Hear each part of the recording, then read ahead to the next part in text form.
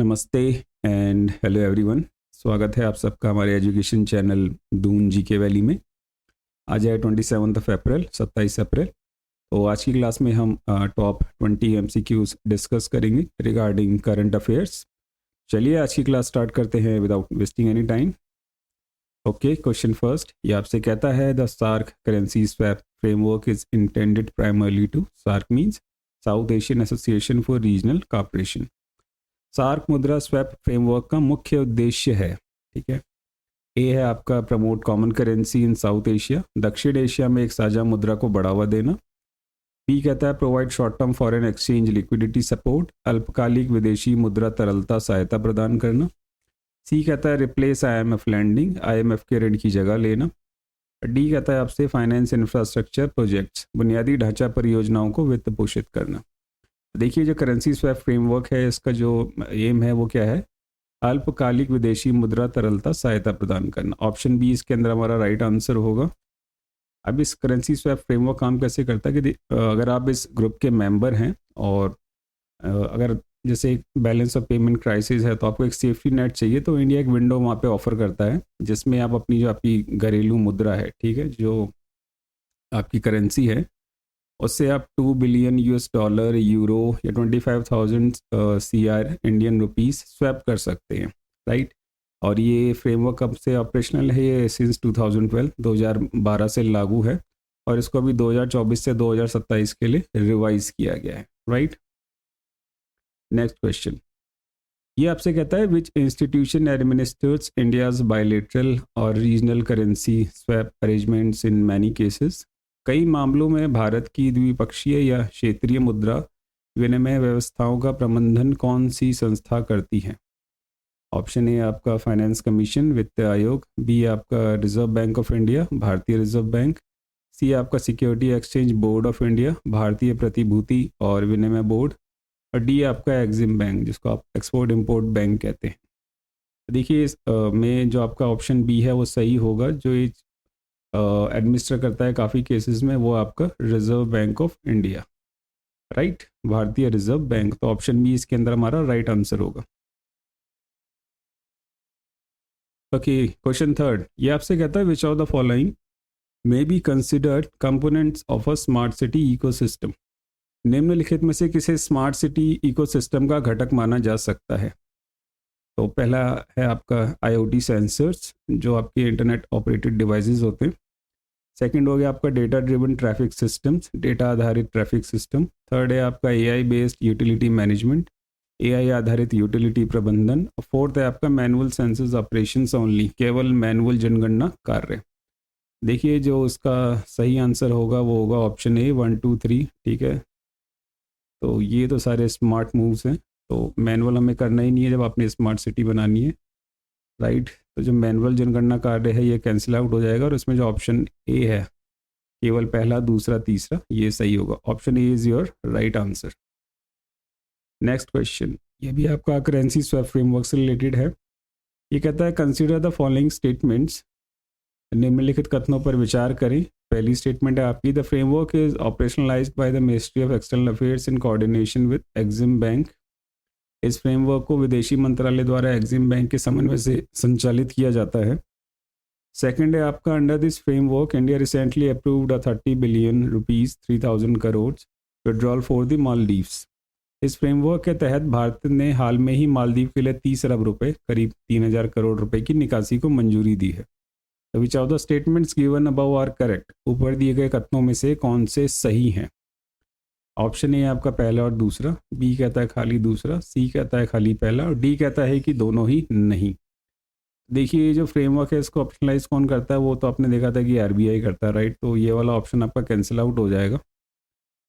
और ये जो सेकंड स्टेटमेंट है ये सही है आपका, ये अभी न्यूज़ में भी था। अभी इंडिया ने मतलब मालदीव्स को उसका फर्स्ट विड्रॉल है अराउंड वो 30 बिलियन इंडियन रुपीस को स्वैप कर सकता है अपनी घरेलू मुद्रा से। तो जो ऑप्शन 2 है इस मतलब स्टेटमेंट 2 है वो हमारी सही होगी, तो इसके अंदर ऑप्शन बी हमारा सही हो जाएगा। Option B is our right answer, only 2।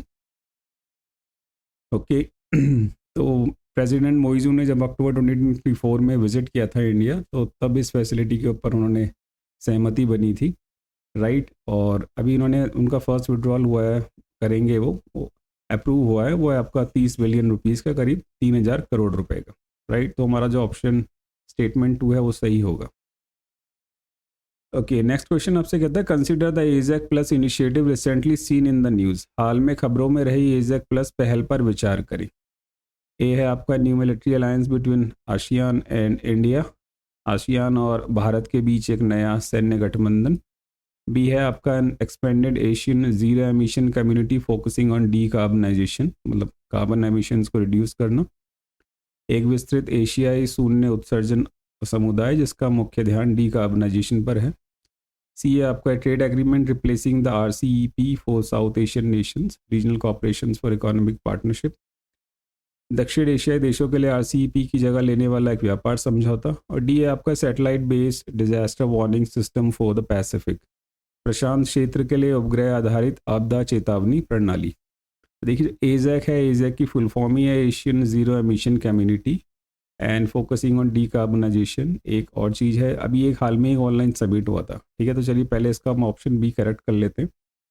Option B is our right answer. तो एजैक प्लस क्या है, ये अभी एक ऑनलाइन सबमिट हुआ था, ठीक है, हेल्ड हुआ था अभी बाय जापान, और जिसमें बात की गई थी एक तो डीकार्बनाइजेशन के ऊपर और दूसरी थी हमारी सिक्योरिंग एनर्जी सप्लाई चेन्स, ठीक है। दो थे इसके अंदर जिन चीज़ों पर डिस्कस किया गया।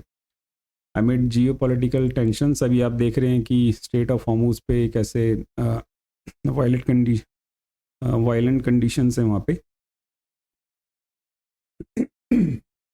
फाइन, तो उन्होंने भी एक इनिशिएटिव स्टार्ट किया है इस ऑनलाइन समिट में। क्या हुआ कि एक इनिशिएटिव को स्टार्ट किया जिसमें उन्होंने एक $10 बिलियन का पावर एशिया इनिशिएटिव स्टार्ट किया है, जिसमें पावर की फुल फॉर्म है आपकी partnership on wide energy and resources resilience, right. तो उसमें दो चीज़ें ध्यान रखिएगा, एक तो डीकार्बनाइजेशन और सेकंड है आपका securing energy supply chains, right. दो चीज़ों पे फोकस किया गया है। Next question, the PMR 2026 PM internship scheme expansion aims to bridge the skill gap, who is the nodal implementing agency. PMR 2026 PM internship योजना विस्तार का उद्देश्य कौशल अंतर को पाटना है, इसकी नोडल कार्यान्वयन एजेंसी कौन है। तो ऑप्शन ए आपका ministry of labour and employment, श्रम और रोजगार मंत्रालय। बी आपका ministry of corporate affairs MCA, corporate कार्य मंत्रालय। सी है आपका नीति आयोग। और डी आपका ministry of skill development and entrepreneurship, कौशल विकास और उद्यमिता मंत्रालय।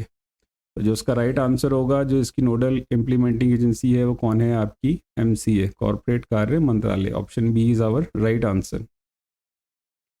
तो PM इंटर्नशिप स्कीम क्या है कि जैसे डिप्लोमा होल्डर है, ग्रेजुएट, पोस्ट ग्रेजुएट, मतलब 18 से 25 ईयर्स के बीच में आप पेड इंटर्नशिप कर सकते हैं। अराउंड 500 कंपनीज़ को लिस्टेड किया गया है इसके लिए, जिसमें आपको फाइनेंशियल असिस्टेंस मिलेगा 9,000 पर मंथ मिनिमम, राइट।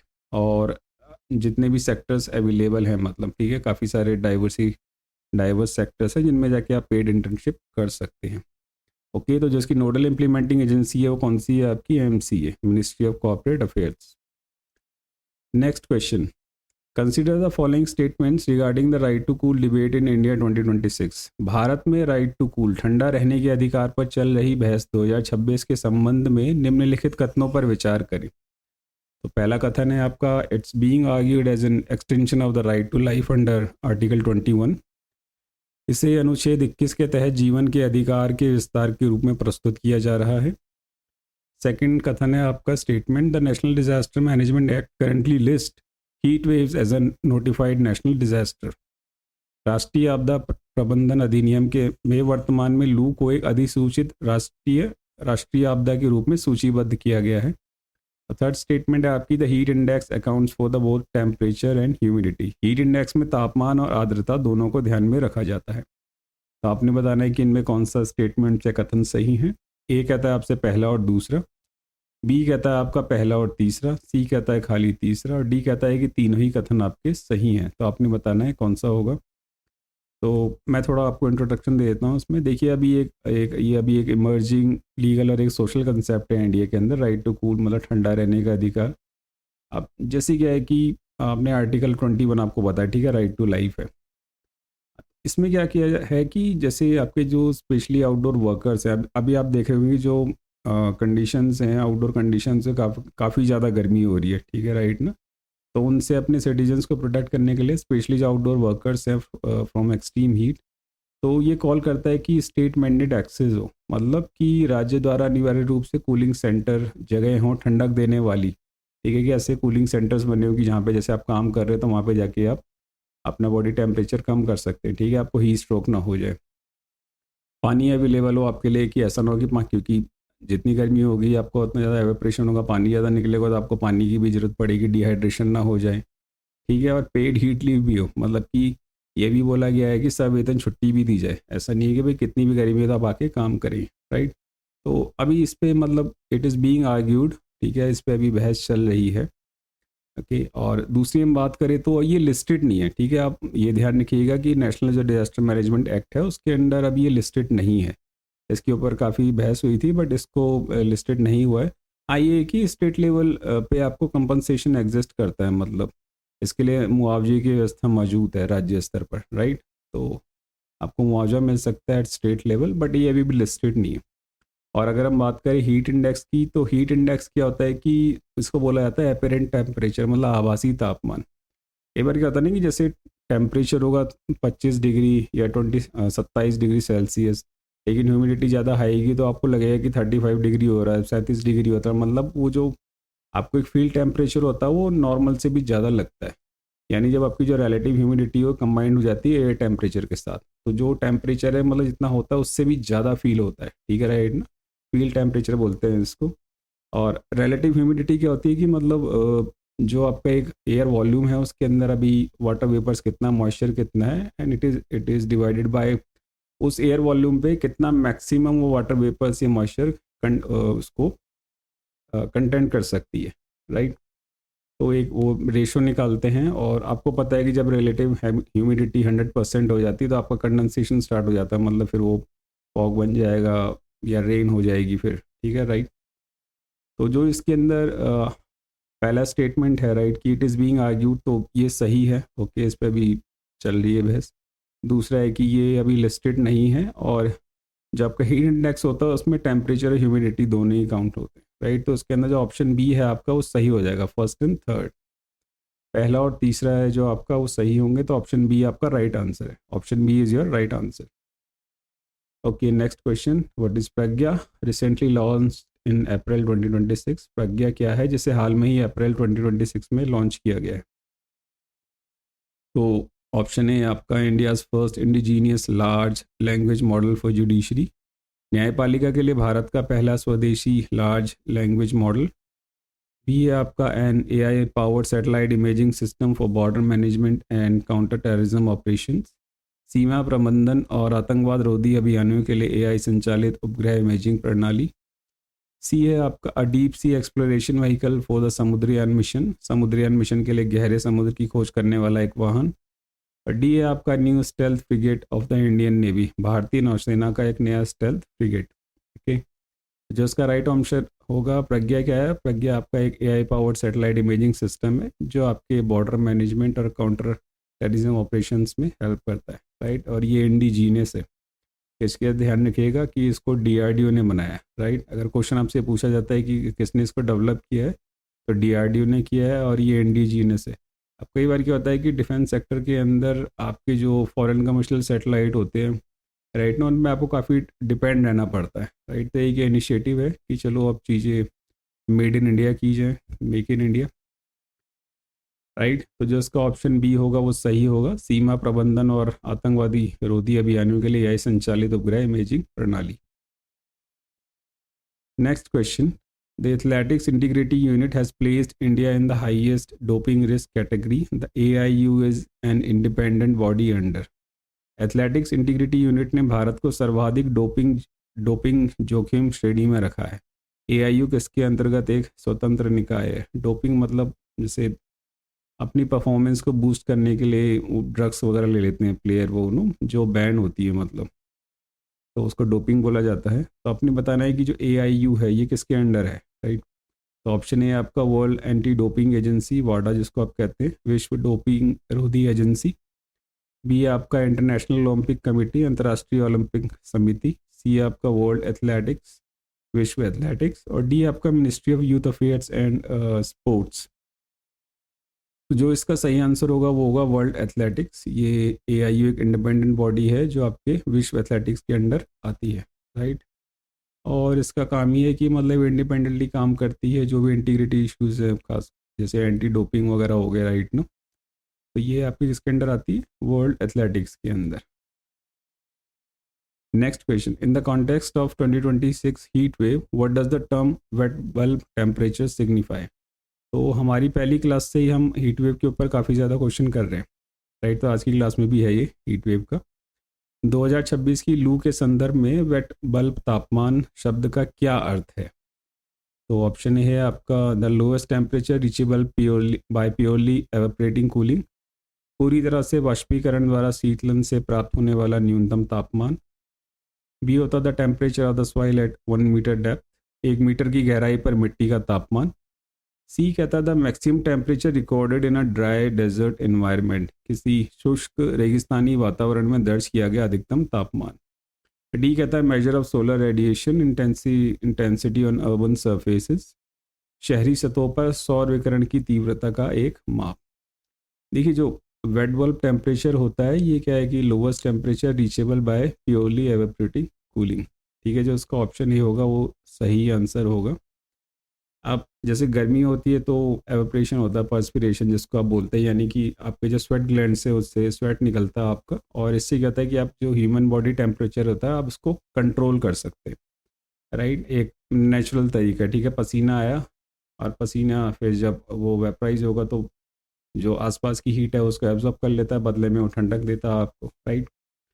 इसमें क्या होता है कि ये नेचुरली होता है, मतलब आपको किसी और चीज़ की ज़रूरत नहीं पड़ रही। तो इसमें दो चीज़ें आप ध्यान में रख सकते हैं, जैसे लो ह्यूमिडिटी है तो जो स्वेट है वो इजीली एवेपरेट्स हो जाता है, ठीक है। जो पसीना है वो इजीली एवेपरेट हो जाएगा और बॉडी अच्छे से कूल हो जाएगी, तो आपका जो लोअर वेट बल्ब टेम्परेचर है वो कम रहेगा। देखिए लो ह्यूमिडिटी हाई ह्यूमिडिटी, अब ह्यूमिडिटी का मतलब ऐसे समझ लीजिए आपकी एयर के अंदर वाटर वेपर कंटेंट कितना है।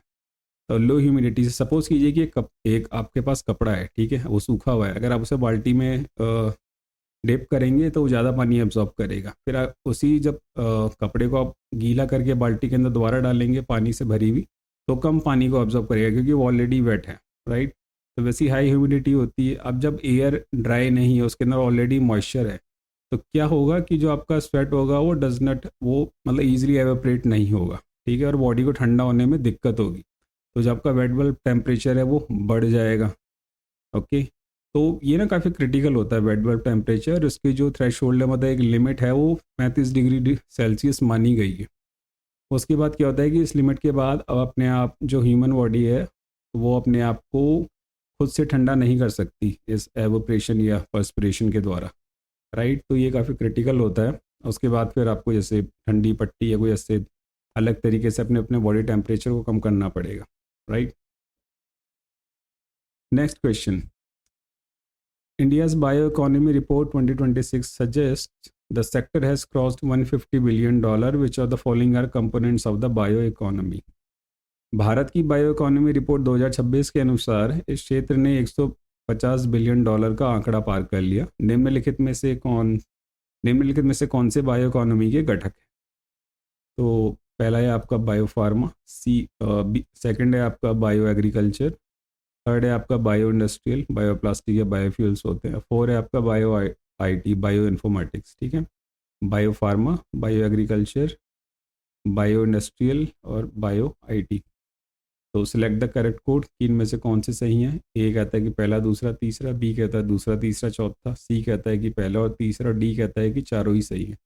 तो इसमें चारों ही सही हैं। हमारा जो ऑप्शन डी है वो इसके अंदर सही हो जाएगा। उपरोक्त सभी, जो आपका बायो फार्मा है, जो बायो एग्रीकल्चर है, जो बायो इंडस्ट्रियल है, बायो प्लास्टिक, बायोफ्यूल्स हो गए, बायो इन्फॉर्मेटिक्स हो गया, ये सारे किसके कंपोनेंट्स हैं? आपके बायो इकोनॉमी के, राइट। ये they all four are integral pillars of the bio economy, और जिसमें जो बायो फार्मा है, ठीक है, ये सबसे ज़्यादा लार्जेस्ट शेयर होल्डिंग करता है, ओके। नेक्स्ट क्वेश्चन, ये भी न्यूज़ में था। The Konark Sun Temple was in the news for the restoration of its Jagmohana. The temple was built by. Question आपसे पूछा गया है कि कोणार्क सूर्य मंदिर अपने जगमोहन के जीर्णोद्धार के कारण चर्चा में था। इस मंदिर का निर्माण किसने करवाया था? ओके, तो जो जगमोहना होता है इसे बोला जाता है असेंबली हॉल। ठीक है, ये चीज़ आप ध्यान रखिएगा। आपने बताना है कि the temple was built by, इसका निर्माण किसने करवाया था? तो देखिए, जो इसका राइट आंसर होगा वो होगा नरसिम्हा देवा वन, ईस्टर्न गंगा डायनेस्टी के थे, उन्होंने इस टेम्पल का निर्माण कराया था। ओके, तो अभी क्या है कि जो सभा कक्ष होता है आपका, इसको जगमोहन कहते हैं, ठीक है, कोणार्क सूर्य मंदिर के, तो उसमें क्या था कि 1903 में ना ब्रिटिशर्स ने उसके अंदर रेत भर दी थी कि ताकि वो जो बिल्डिंग है वो कोलैप्स ना हो जाए, राइट। अब क्या हो रहा है कि अभी आर्कियोलॉजिकल सर्वे ऑफ इंडिया ने क्या किया है कि जो भरी हुई रेत है, ठीक है, राइट ना, सेटलिंग सैंड है, मतलब जो अब नीचे बैठ गई है, उससे क्या हो रहा है कि जो आपका स्ट्रक्चर है उसकी स्टेबिलिटी पे मतलब रिस्क आ रहा है। ठीक है, राइट, तो वो कह रहे हैं कि मतलब इस रेत को हटाया जाए, या तो उसको खोदेंगे, ठीक है, राइट ना, हटाएंगे वहाँ से वो। तो ये कहाँ पे आपकी जगमोहना, इसको बोलते हैं असेंबली हॉल के अंदर, राइट।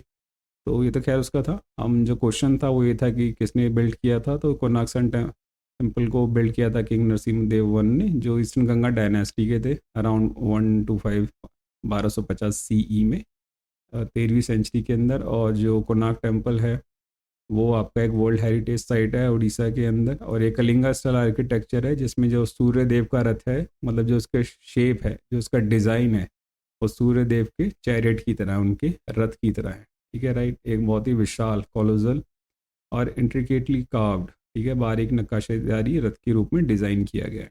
ओके, तो जो हमारा क्वेश्चन था उसके अकॉर्डिंग क्या है, किंग नरसिम्हा देवा वन।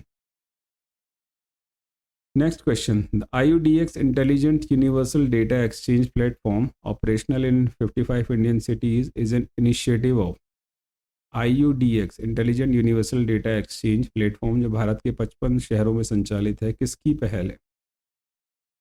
ऑप्शन ए आपका ministry of electronics and IT, electronics एवं सूचना प्रौद्योगिकी मंत्रालय। बी है आपका IISc Bengaluru and ministry of housing and urban affairs, भारतीय विज्ञान संस्थान बेंगलुरु तथा आवास एवं शहरी कार्य मंत्रालय। सी है आपका नीति आयोग एंड गूगल, और डी है आपका इसरो। तो आपने बताना है कि किसका इनिशिएटिव है, तो जो उसका राइट आंसर होगा वो होगा आपका बी। ओके, ये IISc Bengaluru ministry of housing and urban affairs का इनिशिएटिव है। मैं थोड़ा सा बता देता हूँ आपको डिटेल में नहीं। नॉर्मली क्या होता है कि जो आपका सिटी डेटा होता है, ठीक है, जैसे वाटर मीटर्स कितने हैं, या ट्रैफिक कैमराज, या वेस्ट ट्रक, काफ़ी सारा होता है डेटा वैसे तो ये अलग अलग जगह होता है, मतलब कि साइलोज में रखा होता है। साइलोज मतलब आप समझ लीजिए जैसे एक बहुत बड़ा बर्तन, मतलब आप एक बहुत बड़ा सा स्ट्रक्चर है ऐसे करके ना, उसमें गेहूँ रखे हुए, चावल रखे हुए, चीनी, उनको साइलोज बोला जाता है ऐसे करके, वो ना जैसे भंडार गृह जो होता है। IUDX क्या करता है कि अब जैसे ये इनमें डेटा रखा होता है तो एक तो सेपरेट होते हैं, फिर दूसरे क्या होते हैं, इनकम्पैटिबल होते हैं। तो IUDX क्या करेगा, एक आपका इंटरफेस की तरह काम करेगा और एक सिक्योर गेट कीपर की तरह भी काम करेगा, राइट। तो जो ये आपका फ्रेगमेंटेड डेटा है उसको एक कॉमन टेक्निकल लैंग्वेज में कन्वर्ट करेगा, फिर रिप्रेजेंट करेगा। प्लस क्या होगा कि ये जो डेटा होगा कंसेंट बेस्ड शेयरिंग होगा, कि जिस भी सिटी के म्यूनिसिपल कॉर्पोरेशन उसके हाथ में फुल कंट्रोल होगा कि उस डेटा को कौन एक्सेस कर सकता है और किस पर्पज़ के लिए।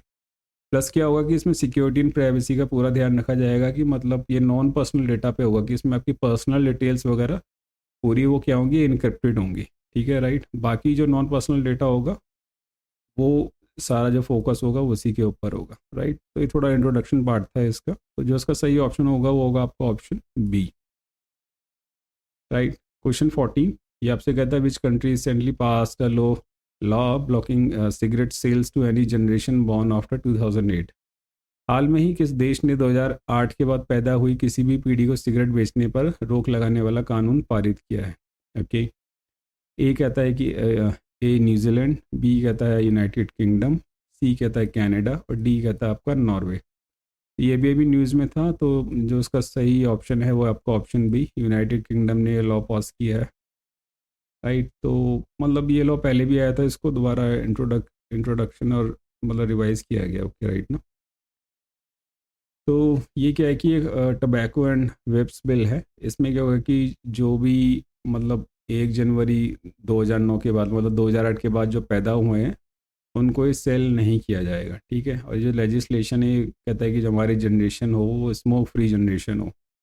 अब आप देख सकते हैं कि आजकल अब फैशन कह लें या कोई एडिक्शन कह लें, मतलब बहुत इजीली अवेलेबल भी होता है, मतलब वो ना, पहले तो ये चीज़ें इतनी नहीं होती थी, अब आजकल तो क्या है कि ईजिली अवेलेबल है। प्लस जो शॉपकीपर्स वगैरह भी होते हैं तो उनको तो सेल चाहिए होती है भाई, उन्होंने अपना जो माल है बेचना है, तो वो ये नहीं देखते कि छोटा बच्चा बड़ा बच्चा कौन ले जा रहा है।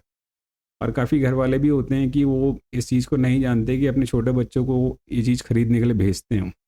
कई बार क्या होता है कि आउट ऑफ क्यूरियोसिटी कि बच्चे उस चीज़ को फिर ट्राई कर लेते हैं, right, and later they become addict. तो ऐसा लॉ लाया गया है यूके के अंदर, टबैको एंड वेब्स बिल। इसमें 2008 के बाद जो भी पैदा हुआ है तो मतलब उसको ये चीज़ें नहीं सेल की जाएंगी, राइट। वो टबैको वगैरह परचेस नहीं कर सकता, तो जो लीगल एज हो जाएगी मतलब आप 18 साल से ऊपर के होने चाहिए। फाइन, ठीक है, अच्छी बात है। इंडिया के अंदर भी मतलब ठीक है लॉज आते हैं, बट फिर वही होता है कि इम्प्लीमेंटेशन ऑन ग्राउंड नहीं हो पाता, मतलब उतना वो नो। चलिए नेक्स्ट क्वेश्चन, ये आपसे कहता है Bharat Jain is primarily focused on. जो भारत जैन है वो मुख्य रूप से किस पर केंद्रित है? ए आपका जेनेटिक इंजीनियरिंग ऑफ क्रॉप्स, फसलों की जेनेटिक इंजीनियरिंग पर। बी कहता है generative AI in Indian languages, भारतीय भाषाओं में जनरेटिव एआई। सी कहता है नेक्स्ट जेन न्यूक्लियर रिएक्टर्स, अगली पीढ़ी के परमाणु रिएक्टर। या डी कहता है आपका genomic sequencing of the Indian population, भारतीय आबादी की जीनोमिक सीक्वेंसिंग। तो जो उसका राइट आंसर होगा वो होगा ऑप्शन बी, भारतीय भाषाओं में generative AI, generative AI in Indian languages. तो एक ही इंडिया का एक सोवरेन जेन एआई इकोसिस्टम है, राइट। यानी सब कुछ जो कंट्रोल है वो हमारे हाथों में है। और ये मतलब प्राइमली फोकस करता है कि ऐसे मल्टी मॉडल मतलब एआई मॉडल्स बनाना जो आपकी इंडियन लैंग्वेजेस और जो आपके सोशियो कल्चरल कॉन्टेक्स्ट है उनके अकॉर्डिंग टेलर्ड किया गया उन पे, ठीक है। ये जो मुख्य रूप से भारतीय भाषाओं और सामाजिक सांस्कृतिक संदर्भों के अनुरूप हों, ठीक है, ऐसे एआई मॉडल को विकसित करने पर केंद्रित है भारत जैन। आपने नाम सुना होगा उसका न्यूज़ में भी ना। ओके, ये क्वेश्चन भी काफ़ी इंपॉर्टेंट है और इसके काफ़ी चांसेस हैं कि इसके जो बहुत सारे स्टैटिक पार्ट हैं उसको उसमें से पूछ लिया जाए। क्वेश्चन आपसे कहता था लोअर लेक छोटा तालाब was in the news due to NGT intervention, consider the following. NGT के दखल के कारण लोअर लेक छोटा तालाब चर्चा में था, निम्नलिखित पर विचार करें, ठीक है। ऑप्शन स्टेटमेंट फर्स्ट है आपकी, it forms the Bhoj wetland a Ramsar site along with the upper lake. ये अपर लेक के साथ मिलकर एक भोज वेटलैंड एक रामसर साइट बनाता है। सेकंड स्टेटमेंट है आपका, इट्स अ नेचुरल लेक, ये एक प्राकृतिक झील है। एंड थर्ड है कि it was built in the 18th century, इसे 18वीं सदी में बनाया गया था। तो आपने बताना है कि विच of the statements given above is और आर करेक्ट, कौन से कथन सही है या हैं। तो ऑप्शन ए कहता है कि पहला और दूसरा सही है, बी कहता है खाली दूसरा तीसरा सही है, सी कहता है पहला और तीसरा सही है, डी कहता है कि तीनों ही सही हैं। चलिए लेट्स फाइंड आउट। देखिए जो लोअर लेक है ये एक मैन मेड है, ठीक है। ये बिल्ट हुई थी आपकी 1794 में, यानी 18th सेंचुरी में। तो 18th सेंचुरी में बनी थी, वो वाला स्टेटमेंट हमारा सही हो जाएगा। फिर उसमें लिखा था कि नेचुरल है, तो वो हमारा स्टेटमेंट सेकंड गलत हो जाएगा, ये मैन मेड है। और ये कहाँ पे है आपकी, भोपाल के अंदर। और जब पहले स्टेटमेंट था कि एक भोज वेटलैंड फॉर्म करती है along with the upper lake, तो ये बात सही है, ये एक रामसर साइट है सिंस 2002। और दूसरा अगर वाटर सोर्स की बात करें तो इसका कोई डायरेक्ट रिवर सोर्स नहीं है। उल्टा क्या होता है कि जो अपर लेक है उससे पानी जो रिस के आता है तो तब उसके अंदर पानी जमा होता है, उसके अंदर ना एक्यूमुलेट होता है। तो जो उसका सेकंड स्टेटमेंट है वो कैंसिल आउट हो जाएगा। तो जो हमारा ऑप्शन सी होगा वो इसके अंदर सही होगा। Option C is our right answer, ठीक है, केवल पहला और तीसरा।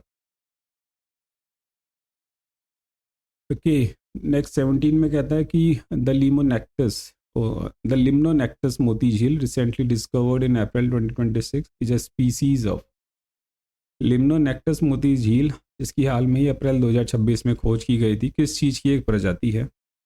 ए आपका deep sea crab in the Andaman sea, Andaman सागर में पाए जाने वाला गहरे समुद्र का केकड़ा। बी है आपका new fanged frog species from the eastern Himalayas, पूर्वी हिमालय से मिली दांत वाले मेढक की एक नई प्रजाति। सी है आपका ड्रॉट रेजिस्टेंट राइस वैरायटी, सूखा रोधी चावल की एक किस्म। डी है आपका medicinal plant found in the western Ghats. तो जो उसका सही आंसर है वो है बी, जो लिम्नोनेक्टस मोती झील है, ये पूर्वी हिमालय से मिली दांत वाली मेंढक की एक नई प्रजाति है। ठीक है, तो जो ऑप्शन बी होगा इसके अंदर आपका सही आंसर होगा। और ये कहाँ पाई गई है? आपकी नामधाबा टाइगर रिजर्व है अरुणाचल प्रदेश के अंदर, वहाँ इसको फाउंड किया गया है। और मोती झील जो उसका नाम दिया गया है, वहाँ पे एक झील है मोती झील। ठीक है, राइट ना। तो उस प्रजाति का नाम क्या है आपका? लिम्नोनेक्टस मोती झील। ठीक है, एक ये स्पीसीज ऑफ फैंग्ड फ्रॉग है, मतलब दांतों वाले फ्रॉग। ओके, तो nature always surprises you. Next question, sovereign AI compute platform most likely refers to. तो ठीक है, इसका क्वेश्चन ये आंसर तो आप भी फाइंड आउट कर लेंगे। सोवरन एआई कंप्यूट प्लेटफॉर्म से सर्वाधिक आशय है foreign owned AI chips deployed abroad. तो ये गलत है, सोवरन का मतलब ये होता ही नहीं है। बी आपका domestic control over computing infrastructure and data system, ये हो सकता है। सी है आपका क्रिप्टो करेंसी माइनिंग सिस्टम। तो सोवरन एआई कंप्यूट प्लेटफॉर्म की बात की तो ये गलत हो जाएगा। डी है आपका सैटेलाइट ओनली कंप्यूटिंग नेटवर्क, तो ये हो सकता है। तो ठीक है, बट जो इसका राइट आंसर है वो है कि domestic control over computing infrastructure and data system. तो जो बी है इसके अंदर सही होगा। तो जो आपके ऑप्शन हो जाएंगे कि विदेशों में तैनात विदेशी स्वामित्व वाली एआई चिप्स, तो ये गलत हो जाएगा।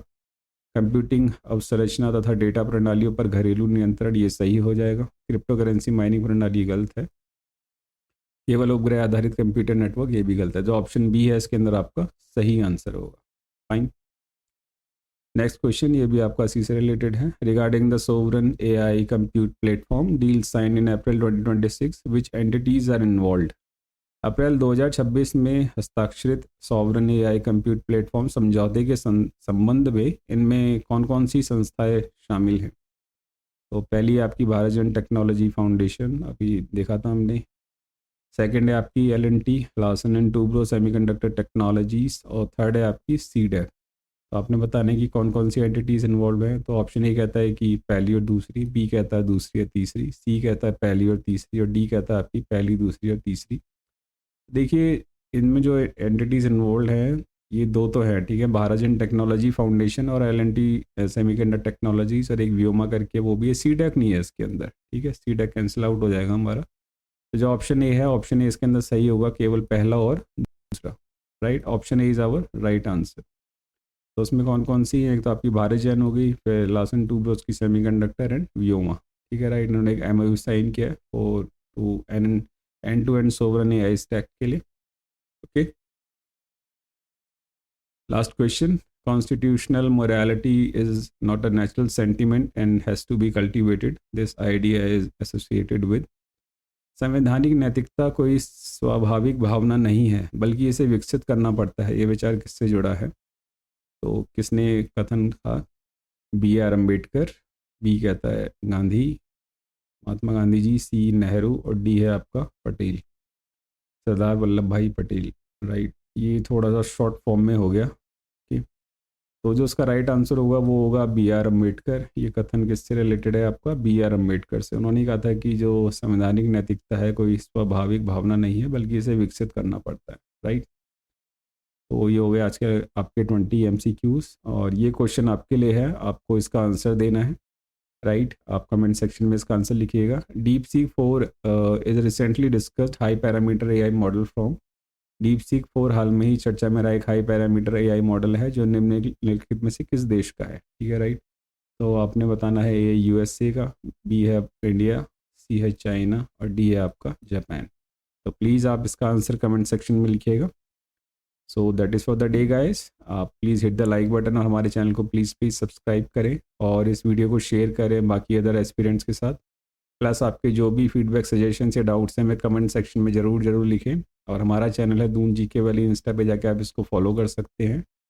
Thanks for watching and happy learning. Take care of yourself and your environment. जय हिंद, जय उत्तराखंड।